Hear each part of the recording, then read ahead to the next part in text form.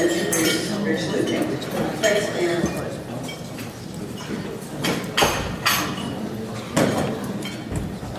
Good afternoon, everyone. I have the pleasure of introducing our last speaker for this wonderful two-day summit we've been attending.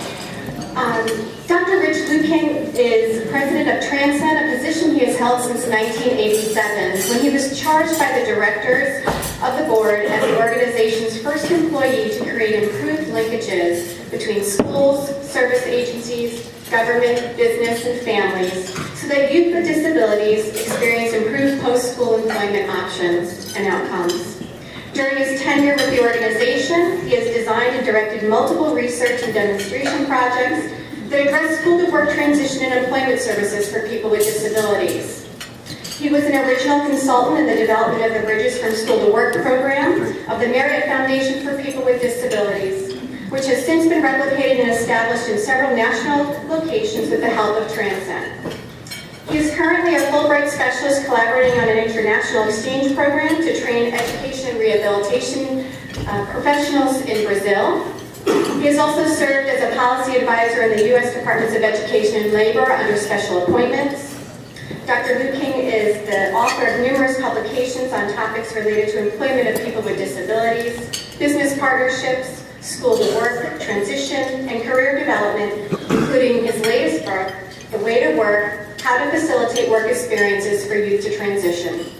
We welcome Rich, who is going to share views and recommendations of employers and what we can do to improve career opportunities for young adults with disabilities. Rich.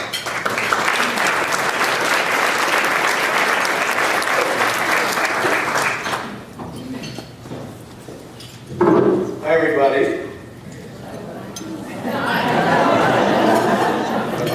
You know, I've often said that the only thing worse than having to deliver a talk after a substantial meal is to have to listen to a talk after a substantial meal. So let me get my PowerPoint set up here, and we'll be ready to go. We should have had this taken care of before I got up here, but we were distracted.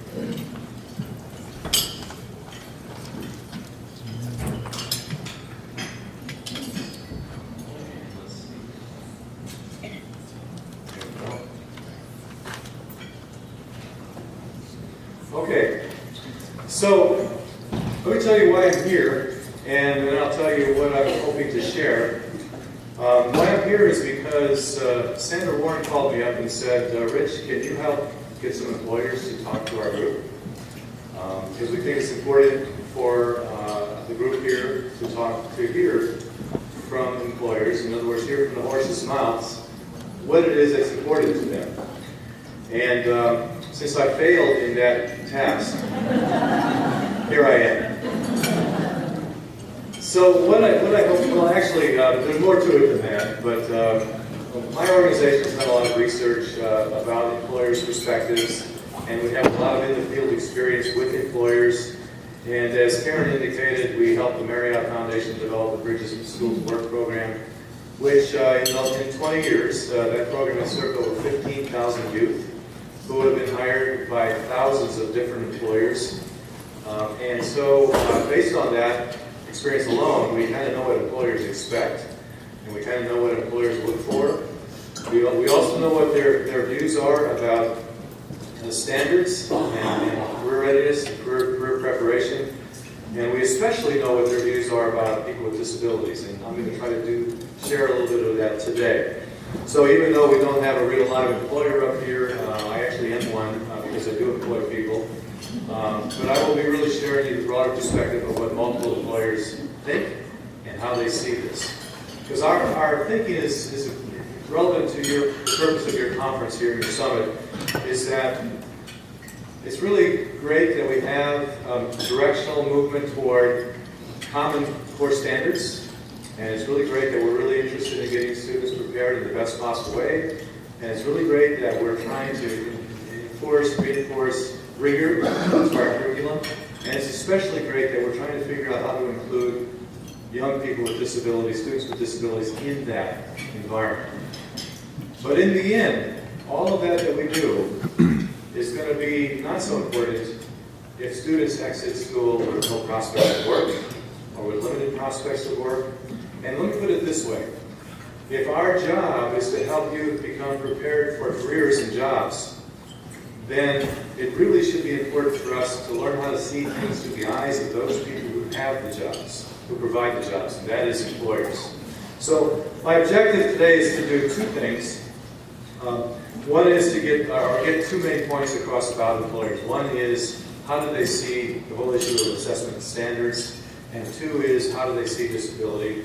And then I'm hoping to conclude with some comments about what does that mean for us and how should that guide our work.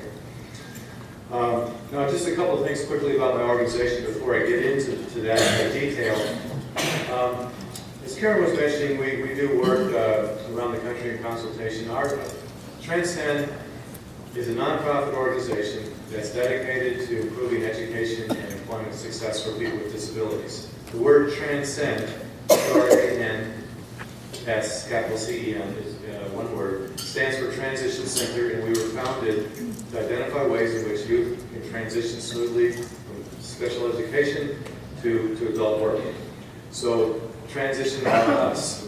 And we've been around for 25 years trying to study this. And with the help of a lot of experts, some of whom are here today, and in fact, I'm kind of intimidated by their presence because we have some really big experts here, including David Tess, who runs the National Secondary Transition Technical Assistance Center at the University of North Carolina, Charlotte, preeminent expert in transition. So he will be here to make sure that I don't say anything that really is off base. And we'll compare notes after this, but to have him here is a big deal. Renee Cometto is here, who is an equally big deal because she is one of the main researchers on the National Longitudinal Transition Study, actually 1 and 2, and that has been an absolute goldmine for us in the field who are trying to figure out what makes transition work for youth, and what are those things that happen to youth as they experience it, and what does that tell us what we need to do differently. So Renee is here, so I'm kind of like, okay, maybe I'll cover some things that are important that she maybe hasn't already talked about. And there are people like Barry Morningstar, who's here at the University of Kansas, who is the current, maybe past, or maybe upcoming, I'm not sure which, president of the Division of Career Development and Transition in the Council of Exceptional Children, and also a preeminent national expert. And then I have my friends from Maryland here who are probably wondering, why is this guy here to talk? We see him all the time, and he's no big deal in our state. I don't have an answer to that question. So, anyway, I'm happy to see all of you. But anyway, my organization is involved in a number of things. We provide direct transition services and employment services for adults and young adults with disabilities, so we know what that takes on the ground to do that. We also provide training and technical assistance to school districts and rehabilitation programs and disability employment services around the country. And as Karen said, we're also now being asked to do that in other countries. We also do research in all of this, and actually it's the research part that I'm going to be talking about most today because I'm going to share with you in a very abbreviated fashion some of the research that has been done about how employers see things and what they think. So what you're going to get from me is, in this short time, because again I know that it's always great to be at a conference that's running ahead of schedule, and I promised to keep that in place, and I told Sandra that I wouldn't speak longer than a half an hour, so you can be on your way and be happy that you had this great meal. So anyway, I'm going to give you some abbreviated, I'm going to summarize some of this information in some very brief snippets of summaries of basically what this looks like and what it means, and try to give you some examples of what that's like. So let's just look at first of all what employers think about assessment and standards. And to summarize their view of that, basically is that these things are relevant to employers only to the extent that they translate into productive workers. So, you probably know this, but in case you don't, the U.S. Chamber of Commerce and the National Business Roundtable, and both provide strong endorsements of the core common standards. And from a business point of view, at least conceptually, it makes sense to them that anything that schools do to provide rigor to instruction and hold students' feet to the fire is good in their eyes. However, as a concept, that's one thing. As a reality, it's another. And what I'm going to talk with you more about as I go through this is that really employers are in positions to accept all kinds of workers and hire all kinds of employees. And whether they have the credentials or have met the standards that are put forth, or whether there have been exceptions made for young people with disabilities in the pursuit of those standards, or whether there's been accommodations or not, in the end, is totally irrelevant to the employer's perspective. And I'll tell you more about that. The other thing that's important, I told you I was going to talk about this from the eyes of the employers. This is something I have to get across to people all the time because they don't recognize how important this is. But in the end, employers are not interested in hiring people with disabilities. In the same way, they're not interested in hiring people from any other categorical group. They're interested in hiring people who are going to contribute to their enterprise. So the presence of a disability either promotes or deters employer hiring behavior. Because we have seen people with every conceivable disability, every conceivable accommodation necessary for them to work, succeed in the workplace to the satisfaction of actually to the high satisfaction of their employers. And it has nothing to do with the fact that they have a disability or not. But think about this. If we were to substitute a gender reference or an ethnic reference or a religious reference for disability in a statement like this, employers should be keen on hiring people with disabilities. Substitute a gender or ethnic or religious reference for that. Employers should be keen on hiring men. Maybe not. Employers should be keen on hiring Lutherans. I don't think any of that is relevant, and employers certainly don't either. So the big deal to them is how can anybody, disability or not, label or not, contribute to the enterprise? Let me tell you a quick story that illustrates that. How many of you have ever listened to a call-in talk radio show? You know, the local one where people call in, you know what I'm talking about? You folks in Colorado have heard this story before, act like it. Anyway, I was listening to one of those shows one day, and a guy calls into the host and says, "We have this problem in our community, and it's getting worse. And the problem is that the city put these, well, first of all, the problem is that these young punks on skateboards are going up and down the commercial district, creating a hazard for the pedestrians." The caller is very angry about that. So the city is allowing these skateboarders to be downtown, creating a hazard and being dangerous to the pedestrians. And the caller, who's getting his dander up and getting pretty angry, says, "And to make matters worse, the city put in these ramps at the ends of the sidewalks." Maybe you know where I'm going with this. So the talk show host interrupted the caller and said, "Sir, I have to interrupt you, but those things that you call ramps, they're called curb cuts, and they are for people with disabilities." And the caller says, "Well, they're the last people that should be on skateboards."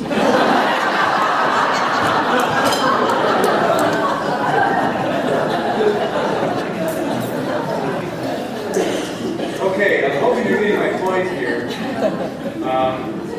When people hear the word disability, they often presume that they know what that means. And any of you who are involved in education know that disability doesn't mean any one thing. And any given disability label doesn't mean any one thing either. And that every individual is different, every individual's disability is different, and every individual with a disability, with the same disability, might need different accommodations. So to think that the public would understand when we say, please consider hiring people with disabilities, is really a mistake. It just doesn't happen that way. And you may have employers thinking, geez, you know, I'm only going to hire people that can use skateboards. Or I'm only going to hire people who can do X, Y, and Z. Disability doesn't explain what the individual has to offer, nor does it explain anything about their circumstances. So from the eyes of employers, again, just like standards, disability is irrelevant except as it might apply to how they might accommodate them and how they might eventually do work to their satisfaction and to contribute to their enterprise. So, so you have these two things working. Now, that doesn't mean that standards and disability are totally unimportant, either to employers or anybody else. It just means that we should be careful to understand what the end result of all this work should be. So let me summarize some research that tells you a little bit about this and maybe enlightens us just a little bit further. So in various studies, the Society of Human Resource Managers and the U.S. Chamber of Commerce, and there have been loads of other studies, basically have asked employers, what is it that you look for in your future employees? And it really boils down to three things. I mean, there's a lot more detail to this, and there's a lot more nuance to it, but as I promised, I'm going to summarize that in some very brief points. But what they're looking for are one or the other, or all three of these things. First of all, they want people who are literate and technically competent. You know, give me somebody who really can read well and write well and understand how to operate technology and all of that stuff. All of those things, by the way, that the Common Core standards will help students acquire those kinds of skills. So employers are interested in that. They want folks that are really good at this. They want highly competent, highly qualified folks who have those characteristics. They expect the education system to produce folks that have these traits. Now, there's lots of folks we work with in special education who don't have these traits, or have pieces of these traits, or whatever. That doesn't mean they can't work, and that doesn't mean that employers don't want them. It just means that we have to look at some of these other things. So the second thing employers are looking for are people who are trustworthy. So give me people who will show up to work, will do what I ask them to do, won't rob me blind, will be trustworthy to work with other coworkers to do the job that's before them. So give me some people that are either literate and competent or trustworthy, both. And then also, here's the other thing. The last one, this is probably as important as either one of the first two, especially when we think about youth with disabilities and their place in the workplace. They really want folks who are skilled in social interaction, who know how to get along with people. And so that when they're at work, they're going to be able to take direction from their supervisors. They're going to be able to get along with their coworkers. They're going to be able to interact with customers or people that the does business with. So there's about 6 different studies that I'm citing in these 3 things, but they come basically come down to these 3 things. So one or the other or all 3. If you have all 3, fantastic. That's the best, because basically those students can write their tickets and probably get jobs in lots of places. If they have one or the other, the second 2, that's okay. In fact, I can tell you story after story of young people in special education who have left school, not only with prospects of work, but with work. People who have been hired by employers to do work for them and who are performing their duties to the satisfaction of those employers, and they don't have any of those literacy or technically competent benchmarks that they've met. So, so let's keep that in mind. I guess the lesson here is that just because students don't meet the Common Core standards or have trouble with them, doesn't mean they can't work, but it doesn't mean that employers aren't interested in the Common Core standards and students who achieve them. But if they have one or the other of these three traits, employers are still on board. Now, David Test said, am I going to say one of my trademark statements? I am, David. So maybe I'll just ask it this way. How many of you think that this is how many of you agree with this statement? 3 words. In fact, here's what let me preface all of that. One of the studies we did at our organization was we studied the students who participated in the Bridges from School to Work program that the Marriott Foundation did, that Karen mentioned. And I also mentioned that before that it's been going on for 20 years, and they served 15,000 students or whatever. So we have had the opportunity to research what happens to those students and how they succeed, and we're currently researching it even further. But one of the things we found in an early study, we looked at 3,000 youth who participated in this. And the purpose of the program, by the way, is to have youth experience a paid work experience in their last year of secondary school. Now, another thing the research says that you also know is that those youth who participate in paid work prior to their exit from secondary school are several times more likely to work than those students with disabilities who do not. So, Common Core standards are not. Unless students are learning how to work, we're not preparing them as well as we should. And in the eyes of employers, we're not preparing them as well as they need. So, anyway, I actually did a doctoral dissertation on this study, and I'll give you the title of it. It was analyzing the work outcomes of youth with disabilities participating in the standardized work internship program. So it's a pretty long title. You have to do that to get your doctorate. So people ask me, well, Rich, what did you find? What was the finding? And so I can summarize the entire study in 3 words. Work is good. So how many agree with that? Okay. Not necessarily your jobs, but it's good. But in other words, what we found was that students who participate in paid work experience, in this particular paid work experience, and by the way, employers, this isn't students working at Marriott. Marriott is the foundation that happens to sponsor this, but Marriott Foundation recruits